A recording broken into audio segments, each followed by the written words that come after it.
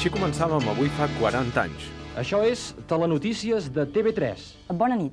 Demà comença a Estocolm. Descobrint una cosa estrafolària anomenada informàtica. La primera fira monogràfica dedicada a la informàtica.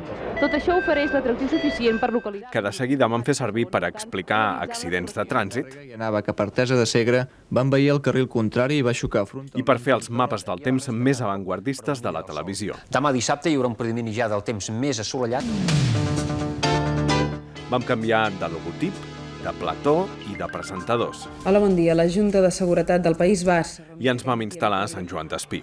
En un dia s'han traslladat unes 170 tones de material. Des dels nous platós vam explicar els atemptats d'Hipercor Des d'allí ens n'informa en directe Lluís Diumaró. Bona nit des dels grans magatzems Hipercor. i vam veure caure el mur de Berlín.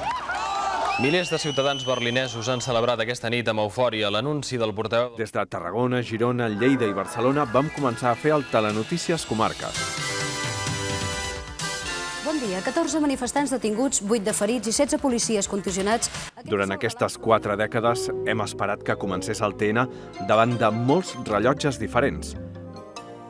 Aquest el vam estrenar ja el 1994. Un any de cares noves. Han passat menys de 10 hores des de l'incendi que ha destruït aquest matí el Gran Teatre del Liceu de Barcelona. Per primer cop el plató era un gran mapa del món i així ha seguit des de llavors. Diana i el seu company sentimental Dodi Alfayet han trobat la mort aquesta matinada en un pont al costat del Sena. En un nou plató blanc vam fer el Telenotícies més llarg de la història. Continuem pendents de les informacions que ens arriben de Nova York al voltant del què està passant a les torres bessones del World Trade Center. S'ha vist perfectament com s'enfonsaven les dues torres. Vam estrenar un plató amb càmeres que són robots.